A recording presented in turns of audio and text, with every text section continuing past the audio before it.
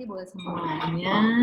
Terus mungkin Diskusi. gimana? Kita diskusi. Barangkali ada Ada yang Bapak lain? Ibu, kakak-kakak ada yang mau bertanya kepada mereka. Adik-adiknya Andra. Ini adik-adiknya Andra. Mungkin Andra mau komentar, Andra. Mas Devi. Oh, ini di sini ada Pak Nuci juga. Ini yang namanya Satrio Nugroho adalah Pak Nuci. bos Nuci. Pak Nuci, makasih Pak Nuci udah ikut menyerin. Pak Jo. Gimana Pak Jo? Oke, mohon izin. Monggo. Kalau tentang materinya, saya langsung speechless. Nggak bisa ngomong apa-apa. Karena dari dulu saya selalu kagum dengan studionya di UI gitu loh. Bukan lagi mengulik tentang teknisnya, tapi bagaimana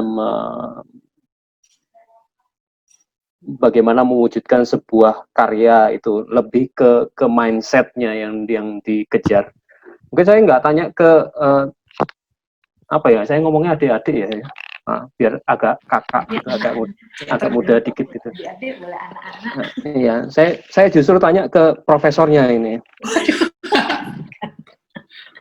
Nah, saya penasaran Pak, jujur penasaran. Ketika proses asistensi itu kan yang di PA2 tadi itu yang bikin model kan ya? Bikin model, itu prosesnya gimana? Mengasistensikan model itu yang menjadi concern utama saya sih sebenarnya belakangan ini, karena saya pegang di studio bawah gitu loh. Jawab itu mesti. Itu gimana gitu loh? Apakah mahasiswa buat modelnya kemudian ditunjukkan dengan pertemuan seperti ini atau gimana? Terutama yang di PA bawah ya. Kalau yang di PA 4 ya lain cerita gitu loh. Gimana Bu? Ya memang, saya sekali tadi lupa dijelaskan juga di awal, kalau yang PA2 ini masih pakai manual semua. Iya, manual semua dengan gambarnya kan. Maket juga manual, model. Nah, kayaknya kalau pertanyaan itu mungkin Alia sama Rena bisa cerita nih gimana. Loh, nanti ada pertanyaan ke mahasiswanya, Bu. Profesornya dulu ini. Waduh. Nanti dicocokin, bener nggak? Ya memang sebetulnya sih pada prinsipnya mungkin kita kalau di UI kita menamakannya bukan asistensi ya Pak Jo ya, tapi tutorial ya kita biasanya tutorial atau presentasi cek progres gitu kita mau itu. Dan memang ini maksudnya pertanyaannya dalam rangka seperti biasanya atau karena COVID. Kondisi online. Kalau biasa lebih mudah kan Bu, karena tatap muka. Sebetulnya proses ini kita jalankan tidak jauh berbeda dengan seperti biasanya. Jadi memang setiap hari studio kita punya tatap muka seminggu 2 kali, Selasa dan Jumat. Nah di setiap hari tatap muka itu selalu ada target yang dibebankan kepada mahasiswa. Jadi misalnya contohnya tadi kalau dari presentasinya Alia kan ada ini ya yang model basic, model development, terus seterusnya sampai ke final model. Nah memang misalnya contohnya untuk pertemuan berikut atau ada di satu hari itu misalnya harus membuat 3 basic model dari pagi sampai sore. Jadi kemudian nanti sorenya di post, kemudian tergantung bisa diberikan feedback secara individual di dalam kelompok. Jadi kita punya kelompok-kelompok kecil, satu kelompok sekitar 12 orang ya, ada 4 klaster, 8 kelompok, 4 klaster, kita ada 4 fasilitator. Bisa secara individual atau bisa juga feedback rame-rame seperti ini, di mana kemudian kita mengambil contoh beberapa untuk dibahas. Kemudian kita juga memanfaatkan media Google Drive. Jadi di Google Drive itu kita punya mereka semua masih kita sediakan folder untuk per minggu, biasanya mingguan ya, misalnya week 7, week 8 gitu. Itu di situ dengan Google Slides mereka memposting semua yang ada di situ. Nah, nanti kalau misalnya kita mau memberikan feedback, kita tulis di situ. Terus nanti kalau mereka bingung, jadi kadang-kadang tuh slide mereka seperti Alia dan Reina ini kadang-kadang nanti tiba-tiba ditemukan, Kak atau Bu, saya bagian ini saya masih bingung, masih sedang dikerjakan, ya nggak apa-apa, mereka tulis aja di situ. Jadi komunikasinya bisa seperti itu Pak memang kekurangannya adalah kita nggak bisa pegang langsung modelnya. Kan biasanya suka ini loh dibalikin. Tapi kita bisa, karena artinya kan kalau dengan pertemuan ini kita bisa, mereka bisa ngangkat terus diputar dan sebagainya, dan dengan sendirinya mereka juga sepertinya jadi belajar untuk memoto, gimana caranya moto model lengkap-lengkapnya supaya kita bisa melihat dan pokoknya bisa dikomunikasikan dengan kita. Jadi kalau tadi dilihat kan ada foto yang sampai di dalamnya kelihatan semua bagiannya, itu memang bagian dari sebagian besar foto-foto itu memang diambil saat prosesnya juga. Kira-kira gitu Pak Jo. Oke, makasih Bu. Boleh saya lanjut? Sorry, ini saya rombongan Pak hostnya, Mas Reza. Mohon maaf kalau agak panjang. Justru biar seru. Kita sih nggak ada batasan waktu. Ke Mbak Alia yang tadi yang pertama ya, kan itu kan orang-orang sepuh gitu. Ketika mencari informasi bagaimana perilakunya, itu melakukan pengamatan atau wawancara? Wawancara, karena sebetulnya kan kemarin udah mulai corona, jadi kita nggak bisa langsung visit rumahnya kan. Nah, jadi benar-benar wawancara gitu. Kebetulan kan emang lumayan dekat, jadi dekat banget sih, jadi emang udah tahu gitu. Oh iya, ya itu kan konteksnya adalah corona ini. Apakah pengamatan atau wawancara? Kalau wawancara itu wawancara via apa gitu loh, WA apa gimana? Karena jujur apa yang Anda lakukan di studio ini cukup detail gitu loh. Pengamatannya iya seperti itu orang tua. Kalau yang pernah merawat orang tua yang sudah seperti itu paham benar seperti apa. Tapi kan kalau lihat umurnya dan lihat mukanya kayaknya belum pernah merawat orang yang sudah amat tua gitu. Tapi itunya desainnya tuh detail gitu loh. Makanya saya penasaran gimana teknik wawancaranya. Ini saya belajar ya. Saya tanya karena saya nggak tahu. Iya, wawancara lewat telepon. Terus kalau misalkan kita juga minta jelasin tentang rumahnya juga kan, rumah existingnya itu, dan mereka ngirim foto-foto, video juga kayak gitu. Jadi memang meminta datanya karena harus jarak jauh, jadi emang dilakukan teleponnya juga berkali-kali gitu sih, nggak cuma sekali. Itu yang asik juga. Berarti kan dari wawancara itu tetap harus ada interpretasi yang sangat kuat dari Anda juga gitu loh. Ini yang gap-nya itu loh Bu. Gap-nya antara Bu Mita itu, gap antara informasi. Kalau kita wawancara langsung atau pengamatan langsung itu kan enak gitu loh. Ini yang jadi problem. Kemudian yang kedua, sorry saya satu-satu jadinya ini. Yang Reina yang pencahayaan itu bikin modelingnya, pencahayaannya gimana? Pakai modeling? Pakai center atau kalau SketchUp ada, Sunpad ada, Mas Reza jago, Mas Debri jago itu yang pakai modeling. Tapi ini modelingnya kan modeling manual gitu loh. Gimana? Iya. Manual aja sih, pakai HP itu dicoba-coba dari berbagai angle cahayanya. Terus studi masanya habis berapa? Berapa banyak? Lebih dari 5 deh. Studi masa untuk menemukan yang cocok. Model, Pak. Kita modelnya berapa? Jumlahnya sebenarnya basicnya itu cukup banyak ya, cuman berapa? Saya penasaran jumlahnya.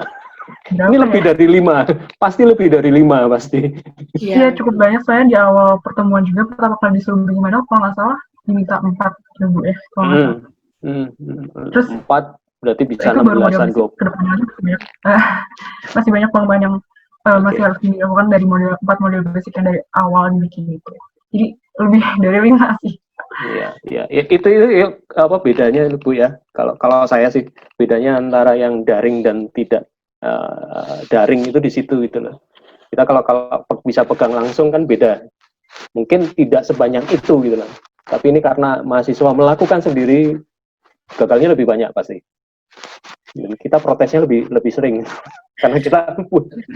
Tapi sebenarnya sih kalau dari jumlah dalam keadaan normal juga kita segitu. Banyak sih Pak, karena itu memang bagian dari eksplorasi. Jadi mungkin ada misalnya dari sekian model pertama yang dibuat mungkin hanya 1-2 yang kemudian dikembangkan lebih lanjut.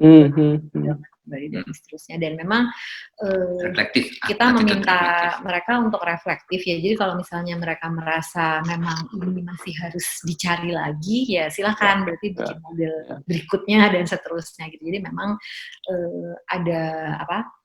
Harapan kita memang mungkin prosesnya kalau lebih di studio ini kita sudah mulai, mungkin di awal ditentukan ya misalnya minimal model basicnya sekian, tapi setelah itu jumlah dan sebagainya kita kembalikan ya mereka butuh berapa untuk mengeksplor itu, karena kan kalau saya mau mengolah lebih detail saya butuh dengan skala yang lebih detail, nah itu silakan aja kemauan dari masing-masing untuk mengeksplor itu. Ya, saya jujur rule-nya sih sebanyak-banyaknya lebih baik. Iya, saya jujur menikmati model-model kayak gitu Bu, karena kan kalau kita belajar dari Frank O'Gary, kadang siapa itu kan modelnya gila-gilaan gitu kan. Dijejer kemudian bahkan ada museum sendiri untuk model seperti itu kan.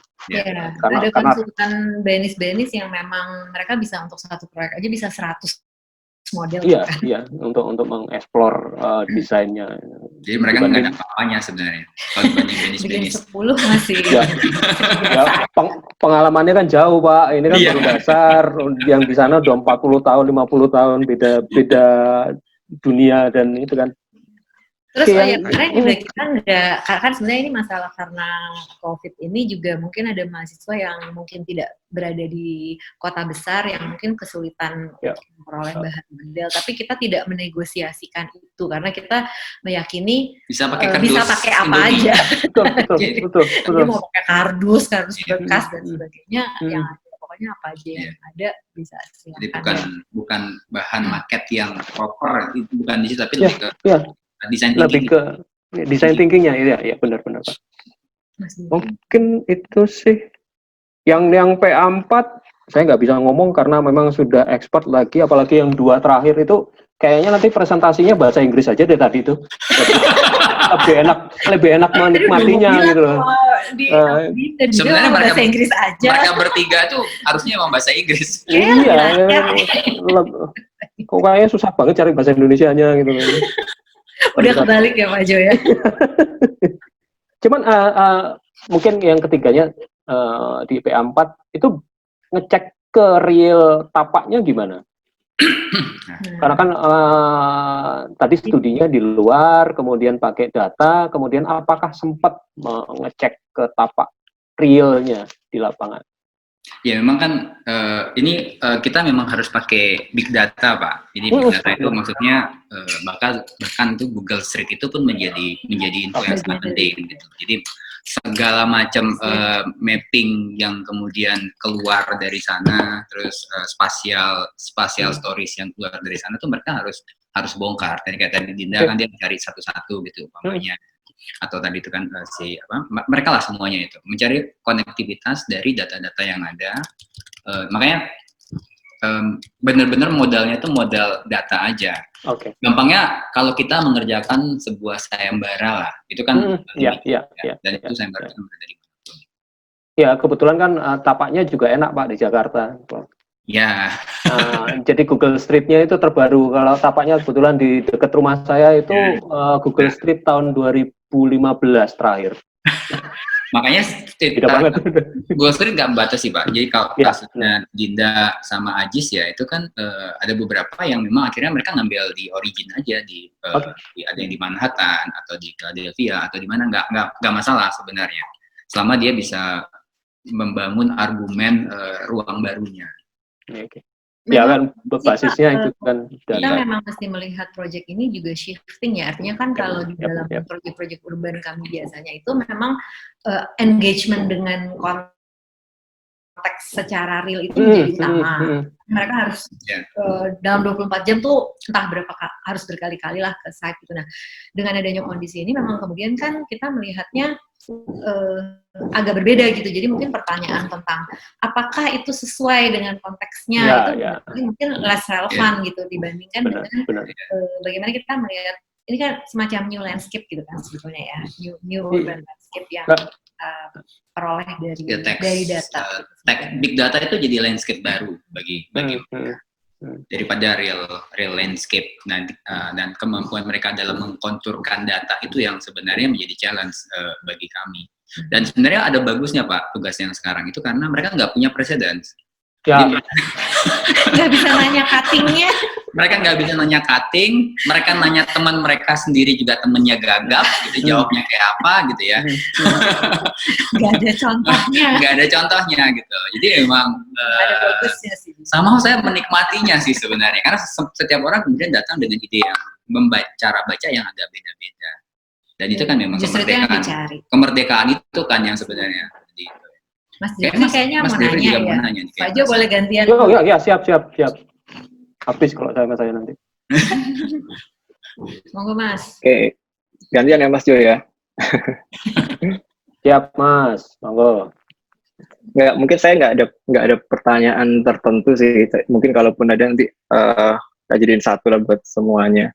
Cuman ada saya tadi nyimak, terus sebenarnya ada banyak yang ingin angkat sebagai diskusi ya. Jadi paling nggak mungkin ada tiga sih. Yang pertama tentang representasi, yang kedua tentang yang saya penasaran itu tentang kenikmatan merancang yang dirasain oleh teman-teman yang tadi presentasi selama kurang lebih setengah semester lah ya di rumah gitu. Kemudian yang ketiga sih soal lebih ke arah pembelajaran sih sebenarnya, artinya diskusi sebagai dosen. Kalau yang pertama tentang representasi itu yang menurut saya menarik itu gini, saya nggak melihat adanya satu kesamaan satupun gitu dari semua apa namanya itu yang tadi presentasi. Dan memang seharusnya begitu kan, memang setiap orang pasti akan punya kecenderungan yang berbeda gitu, masing-masing punya intensi yang berbeda ketika dia membuat sebuah sajian, sebuah cara komunikasi dan sebagainya. Karena itu menandakan dia menikmati, menurut saya sih gitu ya. Dan itu menurut saya menarik sekali. Meskipun ada benang merahnya, hampir semuanya itu memposisikan diagram itu dengan sangat ampuh, jitu, cerdik menurut saya gitu ya. Jadi beberapa informasi yang kalau tidak disampaikan dengan cara begitu nggak akan nyampe gitu. Tapi saya mau ngangkat pertama diskusi justru nyambungnya dari Mas Jo sih. Karena saya sendiri kemarin ketika berjalan gitu sering juga diskusi dan mungkin agak berdebat gitu dengan beberapa dosen. Maksud saya begini, saya merasa dengan kondisi yang sekarang, pandemik ini, yang hilang itu kan cuma satu, yaitu interaksi kita secara langsung. Udah itu tok sebenarnya. Dan itu ketika itu hilang, saya kurang sepakat ketika ada beberapa bagian di dalam aktivitas merancang yang juga kemudian bisa kita hilangin. Misal, ada mungkin beberapa pengajar langsung mikir tentang dengan jarak jauh begini market nggak usah deh gitu misalnya, karena dia digantiin sama animasi atau apapun gitu. Justru menurut saya memang harusnya nggak begitu dong, harusnya kan tiap-tiap itu punya tujuan yang berbeda. Maksud saya market itu bukan ke persoalan menunjukkan ke tutor atau menunjukkan ke dosen, sebenarnya kan lebih ke arah ke dia sendiri sebenarnya. Sebenarnya market dia pakai untuk apa namanya itu untuk menyelidiki sesuatu gitu yang itu nggak bisa digantikan dengan gambar karena mungkin di situ ada gravitasi ya kan, di situ ada tekstur dan sebagainya yang kemudian dia akan langsung terasa. Dan saya sepakat sekali tadi Bu Mita bilang sama Pak Yani bilang nggak ada perkecualian gitu karena memang alat materialnya bisa apapun gitu. Dan itu terbukti ketika beberapa teman tadi yang terutama yang mungkin yang tingkat 2 tadi ya, itu kan market studinya sangat ampuh menurut saya, bukan hanya untuk berkomunikasi tapi untuk pencariannya dia sendiri gitu. Jadi menurut saya mungkin nggak ada masalah dengan jarak jauh, kemudian tetap menggunakan market sebagai alat merancangnya. Karena kalau hanya persoalan menunjukkan ya udah ditunjukin di layar gini kan bisa ya kan kita berkomunikasi, tapi lebih ke arah merancangnya gitu. Dan yang berikutnya sih soal representasi ini saya mungkin nyambung ke arah ini sih, ke arah poin yang kedua ya. Saya penasaran dengan kenikmatan merancang yang dirasain oleh 5 teman tadi gitu. Nanti kalau mungkin ada sebagian atau semuanya mau mengomentari silakan sih. Saya penasaran karena menurut saya kalau sekian banyak itu langsung agak agak pesimis gitu ya. Aduh gimana nih anak-anak ngerjain di rumah dan sebagainya gitu. Kenyataannya atau rata-rata lah kalau saya lihat tuh ternyata konsentrasi mereka jauh lebih baik, hasil mereka juga bisa meningkat, dan ada beberapa kondisi yang ternyata nggak kita temui ketika itu ada di studio, karena dia mungkin distraksinya banyak ya ketika di studio ya, tapi di rumah ya mau nggak mau dia ngerjain dan sebagainya. Cuman saya merasa dari kelimanya tadi, nggak tahu kalau saya salah ya, mau dikoreksi, saya merasa kelima-limanya itu menikmati gitu ketika merancang, karena dari beberapa sajian itu nggak menikmati ya, sebenarnya dipaksa ya sama Bu Mita ya. Tapi kalau menikmati artinya saya menangkapnya dari beberapa hal yang ditampilkan itu bukan beberapa sajian yang bisa disiapin dengan cepat, itu beberapa sajian yang memang direncanakan gitu. Di situ ada, kalau satu gambar di situ tuh ada banyak layer yang kemudian memang ditata seperti itu dan sebagainya. Saya tuh membandingkan begini, mungkin saya agak panjang dikit apa ya. Kemarin waktu bulan puasa itu beberapa hari atau beberapa minggu ya, saya tuh menikmati ketika sore-sore habis asar gitu sampai menuju buka puasa, gambar, lukis, digital gitu. Ketika gambar tuh kayak kita kadang-kadang kan kayak lupa waktu ya, bagi yang suka gambar. Artinya ketika kita udah masuk ke sebuah kondisi gitu, itu kita akan lupa waktu. Sampai mungkin ketika dipanggil atau ngapain itu kita nggak peduli gitu, kayak mau nyelesain ini dulu gitu, karena kita lagi asik. Kalau itu terputus, moodnya udah nggak sama gitu. Nah, kelima teman ini kalau mungkin bisa komentar singkat gitu ya, apa yang membuat kenikmatan merancangnya itu nggak luntur ketika kondisi belajarnya jauh gitu. Atau mungkin malah lebih bertubi-tubi ya, karena ngerasa saya juga nggak tahu kok teman saya kayak gimana rancangannya gitu ya. Ya udah, saya nggak peduli, saya cuma konsentrasi ke apa yang saya kerjain. Mungkin itu sih, mungkin dikomentarin dulu. Saya juga penasaran sih jawabannya, pengen tahu juga. Oke, silakan, siapa nih yang mau cerita tentang apa yang dialami? Apa yang terjadi? Apa yang terjadi? Coba Alda, kayaknya udah Coba siap-siap. Alda. Gimana Alda? Iya boleh. Mau nanggepin dulu, sebenarnya kalau dari yang aku dan teman-teman rasain ya kayaknya lebih fleksibel gitu kalau ngerjain di rumah. Jadi kayak kita bisa nyari atmosfer kerja yang sesuai sama kita masing-masing. Terus waktu ngerjainnya juga jadi nggak, kan kalau di studio kayak ada jadwal jam segini sampai jam segini kita ngapain, terus istirahat, habis itu kita kerja lagi. Tapi kalau di sini kalau PJJ kalau pas PJJ jadi lebih fleksibel aja sih. Terus apa ya, iya sih susahnya juga bener yang tadi dibilang, kita nggak bisa ngelihat kerjaan teman lain, jadi susah ngelihat atau tahu ekspektasinya dan standar kayak gimana. Terus apa lagi ya? Tapi iya sih, kalau dari saya sendiri ngerasanya lebih enjoy dan fleksibel ngerjain di rumah. Jadi PJJ aja terus. Aduh, gitu Bu Mita. Oh iya, terus itu yang lain Masnya Pak. Oh iya, coba yang lain dulu. Ya, Dea, Dinda, atau Alia. Alia mungkin. Iya boleh Bu. Kalau saya sendiri juga setuju sih sama Kak Alda tadi tuh. Kalau kemarin saya lebih enjoy soalnya apa ya? Iya tadi jamnya fleksibel banget, karena kalau saya jujur kemarin ngerjainnya malam terus gitu sih, soalnya siang kayak ke distraksi. Tapi jadi kan jam tidurnya bisa diatur gitu, karena nggak perlu ada waktu perjalanan ke kampus gitu. Kayak jadwalnya jadi fleksibel, nyesuaiin sama jam kerja kita juga. Terus habis itu apa ya? Kalau soal ya susah ngentak teman-teman sih kadang-kadang, tapi ya udah, jadi kita karena pakai slide juga, jadi kan kalau di studio kan biasanya kita keliling-keliling keliling studio tuh ngeliat panel-panel orang kan, ngeliat display-display yang lain. Kalau di sini jadi kita loncat-loncat ke folder di drive kelompok lain gitu, ngeliat udah sampai mana, terus feedback-feedbacknya apa aja gitu. Kayak gitu sih.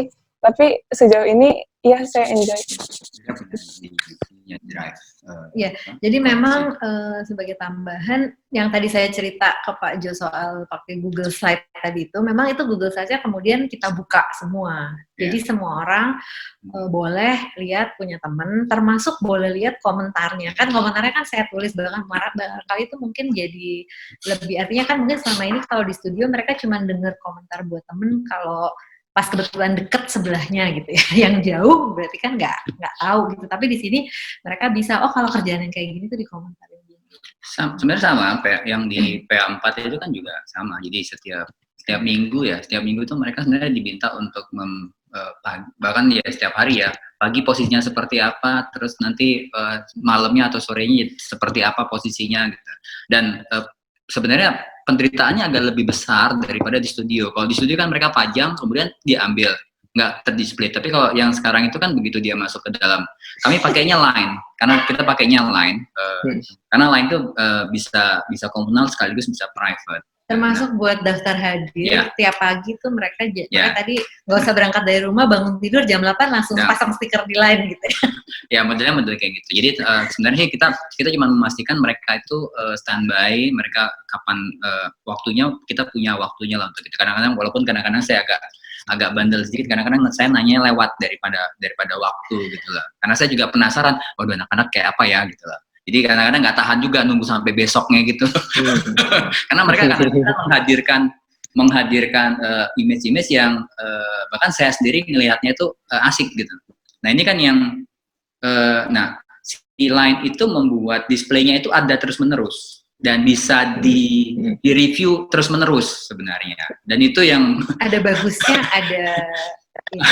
ada jadi memang kebetulan di rasio saya agak nggak bagus. Rasio kami di PA4 itu sangat jelek sebenarnya. Itu 1 banding kita berapa ada 1 banding 18 ya. 1 banding 17 ya, memang aktif gitu ya. Itu sebenarnya buruk banget lah. Kita agak kekurangan tutor. Kalau studio saya agak lebih baik 1-10. Ya mestinya kan 1-10, 1-12. Biasanya 1-10 atau 1-12. Nah, cuman memang diuntungkan, sebenarnya proses ini diuntungkan karena kami punya setengah semesternya itu yang sebenarnya lebih personal. Jadi kita progresnya itu sebenarnya prinsipnya saya tahu mereka tuh seperti apa masing-masing gitu lah.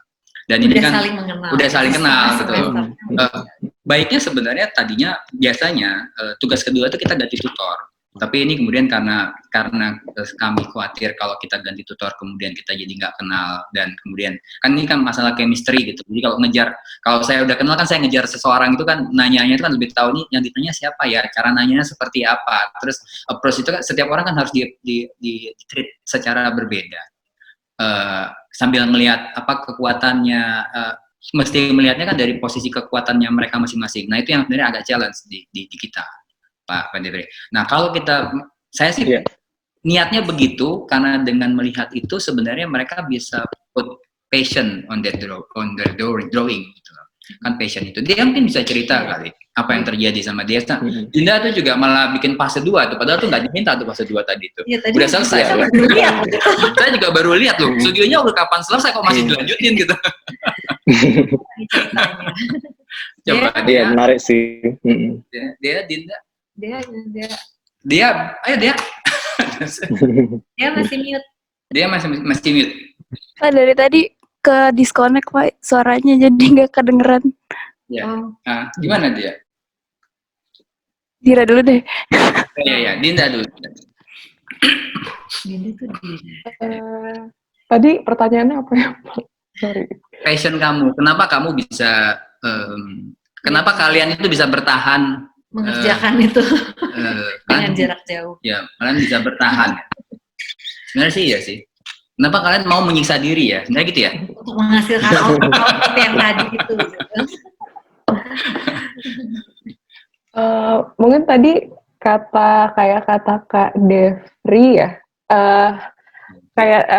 tadi kan dibilang kalau misal lagi ngegambar gitu terus jadi asik sendiri karena jadi apa ya, PJ ini menurutku kayak jadi bikin kita karena untuk tahu bagaimana kerja teman lain itu lebih perlu enggak sih sebenarnya nggak perlu usaha, cuma maksudnya mesti rajin, bukan maksudnya aku nggak tahu yang lain, cuma kalau aku punya teman-teman mostly nggak aku buka karena mesti buka satu-satu terus ngeliatin satu-satu terus jadi aku sih kalau aku nggak lihat punya orang terlalu banyak jadi malah jadi itu yang bikin kayak lebih ya udah lanjutin aja punya sendiri gitu. Dan sedangkan kalau di studio kayak ada lebih enaknya tapi kayak jadi banyakan aduh punya yang ini udah sejauh itu gitu terus kayak apa ya kayak jadi tahu ketinggalan dan which is a good thing tapi kayak sekarang jadi kayak punya space yang lebih banyak untuk refleksi ke kerjaan diri sendiri daripada ngebandingin ataupun gitu sama punya orang lain gitu sih Pak. Rena gimana Rena? Sebenarnya setuju juga sih maksudnya ada waktu itu dimana kita perlu kalau saya ngerasa perlu ngobrol sama temen buat tahu udah sampai mana udah segimana lihat dong gitu ya sebenarnya salah satunya Alia ini sih kita cukup diskusi bareng-bareng cuman yang enak adalah kalau menurut saya sih saya lebih bisa ngontrol lihat punya siapa aja karena gimana ya suka bete juga kalau misalkan ngeliat punya orang yang emang karena kita udah kenal juga kita udah kenal dia tuh outputnya emang sekeren itu gitu misalkan kalau at some point saya nggak mau dulu ngeliat media biar nggak bete ya nggak apa-apa saya bisa kontrol itu dengan gampang daripada kalau di studio lebih gampang kelihatannya dia bawa ini sekeren itu gitu kalau misalkan di sini lebih kalau nggak mau ya nggak usah buka di slides-nya gitu aja.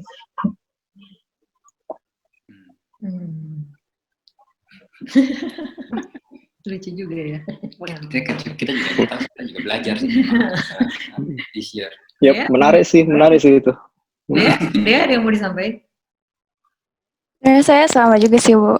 Kayak sebenarnya kayak kalau misalnya di studio kan itu satu bilik kan apalagi P4 banyak banget kan. Jadi satu bilik bisa sampai kayak 18 orang. Jadi kayak kalau misalnya ya bisa ngeliat semua orang gitu jadi kayak kadang malah minder terus kayak lebih mager gitu nggak sih? Tapi kalau misalnya sekarang kan ya kita ya sama aja kayak bisa ngeliat ya kalau saya sih nggak pernah ngeliatin yang lain soalnya kayak takutnya malah minder gitu terus jadi kayak nggak mau ngerjain gitu kan jadi ya mendingan kayak fokus sama apa yang kita kerjain sih mungkin agak agak beda juga ya mungkin ya Mas Devri karena PA2 ini kan boleh dibilang approach-nya seragam ya artinya kita memang tentukan tahapannya oke sekarang program sekarang tektonik, sekarang ini, sekarang detail, sekarang mikirin interior gitu kan. Sementara kalau yang di PA4 kan stepnya udah nggak bisa sama ya, karena kan dengan keragaman yang isu yang dipilih dan sebagainya. Jadi memang mungkin kalau di atas jadi nggak terlalu berguna sih ngeliat temen ya dia bikin itu saya mungkin nggak perlu bikin itu sementara kalau dia bawa kan oh dia tektoniknya udah jadi dia udah sampai situ oh berarti saya kurang ini gitu jadi mungkin itu ada pengaruhnya juga sih karena sebenarnya yang kita cari kan mereka itu kan terjebak pada yang mereka pilih kita juga intentionnya jadi intention itu kan jadi penting gitu makanya kemudian yang dicari yang awal-awal tuh sebenarnya agak sulit bagi semua orang bagi mahasiswanya bagi tutornya karena kita mesti cari intentionnya masing-masing. Nah, manakala mereka udah dapetin intention ya basis dari whatever lah literaturnya mereka atau apapun itu atau konteks dan tadi itu ya misalnya analisis konteks dan terusnya. Yang repot itu kan kemudian mereka bisa menentukan model representasi yang apa yang kemudian menggambarkan itu walaupun sebenarnya kan itu udah dilatih di tingkat yang bawah.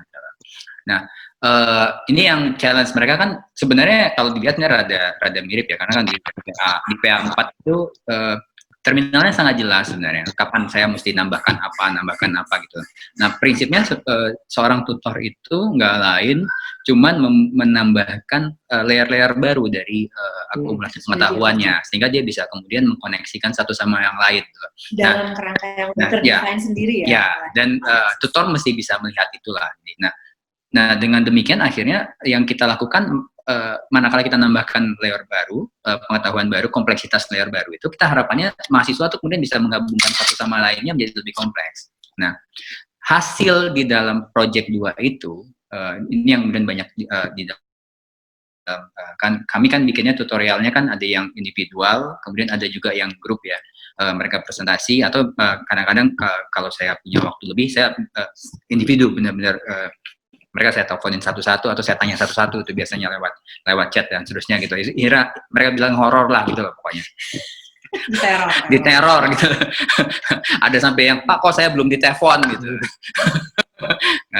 Kalau saya kok kebalik ya sebenarnya diteror, tiba-tiba ada yang ngeliat, Bu saya belum dikasih feedback. Saya diteror sering. Karena ada dua arah tadi itu, satu sisi mereka pada waktu lihat temannya presentasi, mereka bisa ngeliat posisi mereka terhadap positioning dari layering pengetahuan, kompleksitas, konektivitas layering pengetahuannya. Tapi di sisi yang lain, saya tutor itu mesti melihat setiap anak itu cara menambahkan kompleksitas layering pengetahuannya berbeda-beda.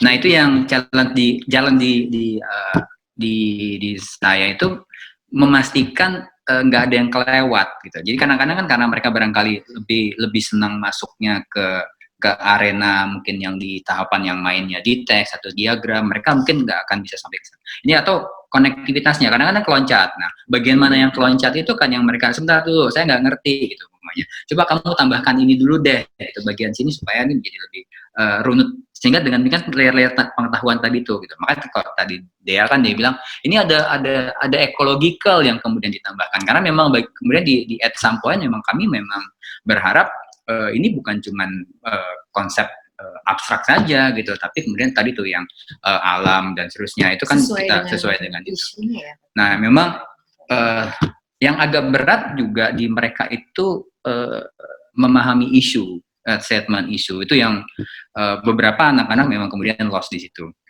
Tapi ini kan memang karena ini projectnya memang basisnya isu untuk memberikan salah satu pilihan metode desain bottom up. Ini kan bottom up ya, isu based bottom up. Jadi sebenarnya memang di saya kalau kemudian ada yang memang nggak favor sama metode ini, it doesn't matter karena barangkali mereka tadi tuh kalau di PA2 tadi itu kan mereka paham betul tuh yang diajarkan adalah tektonik kan, bagaimana manuver tektonik, bagaimana tektonik terbangun, bagaimana kemudian mengkoreografikan tektonik berdasarkan banyak hal dan seterusnya. Ini kan basisnya. Yang pelan-pelan itu kami bawa terus sebenarnya. Tapi kalau dilihat tadi itu penekanannya di PA4 itu bukan di tektoniknya. Tektonik itu cuma hasil akhir dari kumpulan banyak hal. Karena mereka ada banyak hal. Yang penting itu adalah tadi dengan pengetahuan urbannya. Bagaimana kemudian tadi itu makanya mapping, programming, scenario based, kemudian intervensi yang cocok dan seterusnya begitu-begitu atau akumulasi layer itu yang penekanannya pada di situ. Itu yang membuat tadi tuh grafisnya pun jadi akhirnya memang jadi beda gitu loh. Dan any side it's okay selama mereka bisa mengambil isu dari situ gitu. Kalau yang itu kan agak beda, ini sih agak beda. Cuman ya ini adalah mereka dikasih cuma 10 minggu ya, 10 minggu sebenarnya. Dan itu 2 project. Project yang pertama top down approach. Itu 6 atau 7 minggu. 6 minggu top down approach. Project yang itu memang type based. Nah, project yang kedua ini anti type. Jadi mereka tuh balik badan ya. Benar-benar 180 derajat gitu. Jadi yang mereka yang kadang-kadang ada beberapa yang kagok tuh. Karena ini beda sama sekali loh gitu loh. Bahasanya tuh beda. Bahasa desainnya tuh beda sama sekali. Bahasa metodenya beda. Kalau yang di PA2 mungkin bedanya, kalau di PA4 kan itu 2 metode yang sangat bertentangan di satu semester. Kalau di PA2 ini mereka justru di awal itu mereka diberi satu preseden karya rumah yang didesain yang excellent lah gitu. Kemudian mereka membongkar terutama memang tektoniknya. Apa spatial rules, apa yang mengenerate form itu, kemudian implikasi spasial seperti apa sampai jadi memang sifatnya lebih ke pembekalan teknik-teknik yang kemudian bisa dipakai gitu di proyek. Pembekalan. Kita memformulasikan seperti itu. Sebenarnya sih yang kemudian penting itu di PA2 itu membongkar teorinya. Kan tadi itu kan membongkar teori yang terkait sama tektoniknya. Itu kemampuan itu yang kalau saya ya. Apa gitu. ya? Alia, kamu dapetnya apa PA2 project satunya? Masang Bordeaux. Masang Bordeaux. Kalau Reina? Pit House, Bu. Pit House ya. Jadi Masang Bordeaux itu kan Oma ya? Remkulhas ya? Ya, nah itu memang kan dia masih, sudah melakukan pembongkaran itu. Kan Kamu apa dulu ini? keyword ini ya, spatial Plastic volume. plastic volume ya. Jadi dia melihat bagaimana si ide spatial plastic volume itu di situ, terus dia bisa ngapain dari situ, kayak, gimana itu bisa jadi fondasi. Kayak mungkin kalau tugas satu mereka tuh kayak menjadi kritikus lah ya. Tapi kemudian dipakai sebagai business making. Nah, kritikus mencoba menelaah, menelusuri gitu kan. Nah, nanti kemudian mereka menginterpretasikan kembali dari sana dari si tadi itu gitu loh. Nah, ini yang kemudian jadi benchmarking mereka. A good design itu harus punya thinking, punya ide. Nah, sehingga ide itu kan yang kemudian mereka coba terapkan gitu loh dan kalau saya sih percaya mereka sedapat mungkin harus bergerak dalam sistem logik. Kalau kita kan ini desain metode ya, makanya tadi itu kan keluarnya kan matriks gitu-gitu kan tuh yang harus pelan-pelan dilihat apa dulu nih parameter apa nih yang mesti dipahami, bagaimana mereka mendefine satu parameter sama lain itu saling terjalin dan seterusnya gitu. Mudah-mudahan sih dengan begitu mereka punya pemahaman yang holistik akan banyak hal. Ada beberapa representasi yang kita bilang standar dalam arti kayak kalau PA 4 tuh ya pasti matriks tuh jadi salah satu inilah gitu pasti dibuat. Itu tugas kedua. Kemudian, tapi matriks itu tugas yang kedua. Kalau di PA 2 tuh kita punya kalau saya mengistilahnya ultimate diagram ya dengan Rena dan Aryani. Itu satu diagram yang gimana diagram itu menunjukkan seluruh keterhubungan atau suatu hal yang utama dari desain. Andi kayaknya Heru. Mungkin Heru atau Mas Devri gantian kali ya. Iya, silakan. Ya, nanti lanjut lagi. Atau Heru kali. Heru nih jauh-jauh. Heru nikmati aja dulu. Nanti pokoknya tahu-tahu tahun depan kita udah lihat nih di Instagramnya nih. Amin. Instagramnya Cakwala semester berapa nih biasanya muncul nih. Andi gimana Andi? Ya, Bu Mita, Pak Yandi, ini pertama-tama salut untuk semuanya di tengah keterbatasan ini luar biasa. Iri lah dengan hasil-hasil dari mahasiswa UI PA2 maupun PA4. Nggak sia-sia ya, ada pandemi ya. Ada dampaknya. Jadi ada hikmahnya. By the way, ini udah dapat nilai ya Bu Mita? Belum. Nilainya Pak Yandi? Belum ya? Ya mungkin kalau tadi komen-komen terkait dengan approach-nya, saya mungkin nanti saya juga terus terang mendapat masukan ya, mendapat insight gitu ya pada saat secara spontan melihat, mendengar, menyimak gitu ya. Terus kemudian ada something yang saya dapatkan, mungkin saya coba share gitu ya, Bu Mita dan Pak Yandi, saya izin share terkait misalkan dengan PA2 bicara mengenai tektonik, bicara mengenai kemampuan, apalagi kemudian bicara sensitivitas, touching, panca indera, kelihatannya kita tidak lepas dari yang namanya material gitu. Jadi pemahaman tentang material untuk PA2, mahasiswa PA2 kelihatannya mutlak gitu ya. Saya coba sharing sedikit. Ini gampang karena juga lagi dalam proses online, mudah sekali di googling gitu ya. Mau search tinggal keyword aja bakal bermunculan. Yang sulit adalah bagaimana kita punya sensitivitasnya. Karena kita tidak langsung memegang, kita tidak langsung merasakan, ya paling cuma membayangkan aja gitu ya. Tapi setidaknya itu memberikan satu gambaran lah, misalkan kalau nggak berapa ya, misalkan ya at least 50% lah mendapatkan sensibilitas itu gitu. Saya coba share, tahu bisa apa tidak ya ininya. Misalnya seperti ini.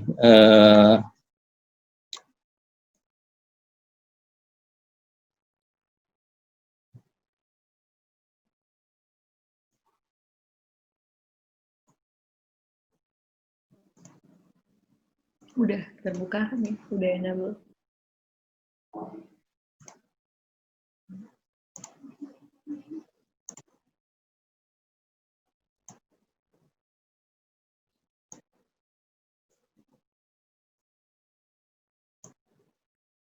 Terlihat nggak ya?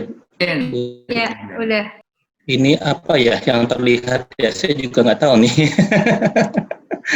Saya lagi mau bahas mau menunjukkan bahwa ada misalkan dengan AskDaily saja bisa menunjukkan 16 material yang harus diketahui oleh seorang arsitek gitu ya. Jadi simple lah gitu ya, dari batu, kemudian steel, kayu, besi, plastik gitu ya. Jadi setidaknya ini memberikan bekal bagaimana pemahaman tentang tektonik itu lebih jauh ya, walaupun memang ada kendala-kendala soal feel-nya gitu ya, soal pemahaman tentang material itu sendiri gitu. Tapi ini salah satu cara untuk bisa lebih melengkapi pemahaman tentang tektonik. Bahkan sampai nanti kemudian kita akan punya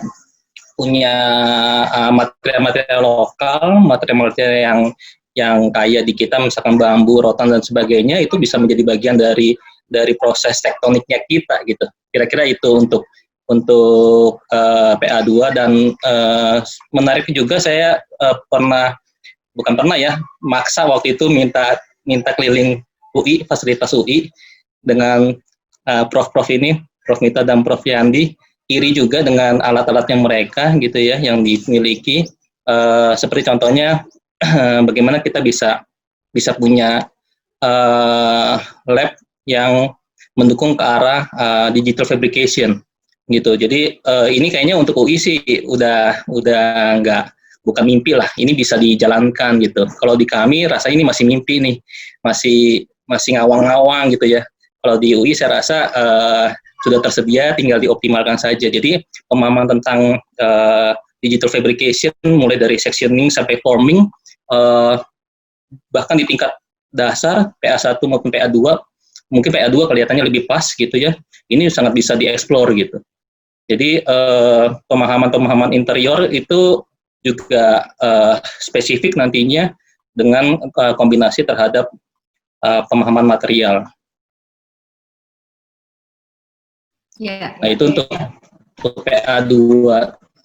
Untuk PA4, Amaze dengan konteks yang disampaikan, big data yang dipelajari luar biasa. Rasa-rasanya juga materi lanjutan dari S1 itu sudah dikuasai kelihatannya. Jadi tinggal dirunutkan saja. Secara garis besar mungkin saya bisa juga share dengan apa yang terlintas spontan aja. Misalnya saya coba saya coba share juga terkait dengan tadi siapa ya, ada Dea bicara mengenai mobility. Bicara mobility itu saya jadi keingat juga proses pembelajaran master saya di UI bersama kedua prof ini, itu bicara mengenai topologi. Jadi ini kan bicara mengenai anti-type ya. Jadi type yang sudah dikenal gitu ya, kemudian dicoba lihat atau disimak lebih jauh tentang anti-type-nya, tapi bukan asal-asalan gitu, tapi bagaimana kemudian anti-type itu memang menjadi sebuah pemikiran kritis atas type yang sudah ada gitu. Jadi mobility kita tahu geraknya, kita tahu siklusnya, bahkan bagaimana kemudian topologi ini menjadi anti-type, bagaimana sebuah keterhubungan itu never ending gitu ya. Jadi ini mungkin bisa menjadi satu pemikiran tambahan dari proses yang sudah dilakukan oleh Dea gitu. Menarik sih, sangat menarik dalam konteks mobility. Kemudian Alda bicara mengenai musik, saya keinget sama yang namanya echo. Jadi kalau type-nya adalah ketika kita dengar musik itu ingin tahu tentang sesuatu yang merdu, kita coba lihat lebih kritis lagi, dan ternyata ini jadi persoalan konsultan akustik itu adalah echo. Jadi sebenarnya mereka mungkin nggak peduli dengan suara merdunya, yang mereka coba atasi adalah ekonya itu seminim mungkin. Nah ini suatu proses anti-type. Jadi sesuatu yang tidak secara major diperhatikan, tapi justru memiliki bobot major. Ya, ini pembongkar balikan pemikiran yang menurut saya level PA4 menjadi sangat menarik, dan ini membekali proses pembelajaran lanjutan ya. Jadi semoga bisa menjadi satu daya tarik habis S1 masuk S2 dan sebagainya. Nah, untuk yang Dinda bicara mengenai density, bicara mengenai void, yang sepintas lalu saya adalah secara filosofis kita bicara mengenai ya, time out gitu ya. Time out dalam permainan olahraga apapun kelihatannya time out itu ada gitu, dalam artian berusaha untuk melihat ada jeda kosong untuk mendapatkan ya kadang-kadang jadi satu strategi juga, satu strategi di mana kekosongan itu sebenarnya bukan kosong-kosong bener gitu ya, tapi ada akal-akalannya juga atau ada maksudnya juga, sama seperti ketika Dinda menyiapkan ruang kosong ini yang kemudian terhubung terhadap ruang-ruang isi gitu ya, tapi memang benar butuh ada suatu kevakuman untuk bisa memberikan kontribusi yang lebih jelas pada suatu permainan gitu. Jadi main sesuatu yang asik-asik aja tapi kemudian punya kontribusi yang jelas. Kira-kira itu sih Bu Mita, Pak Yandi, mungkin masukkan aja ketika ada lintasan-lintasan kemudian saya share supaya bisa menjadi feedback yang saling mengisi. Ya, makasih. Itu tadi yang terkait topologi, Alda sempat belajar ya di kelas, ngambil kelas geometri. Iya. Sempat motong-motong kemarin itu ya? Iya, yang mobil strip ya. Nah itu dulu beberapa tahun yang lalu Mas Andi ini mengambil kuliah yang sama itu juga.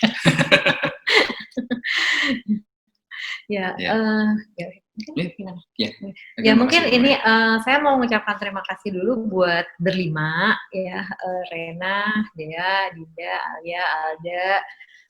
Terima kasih sekali udah bersedia sharing proyeknya, dan kita juga bisa diskusikan lebih lanjut tentang studi perancangan.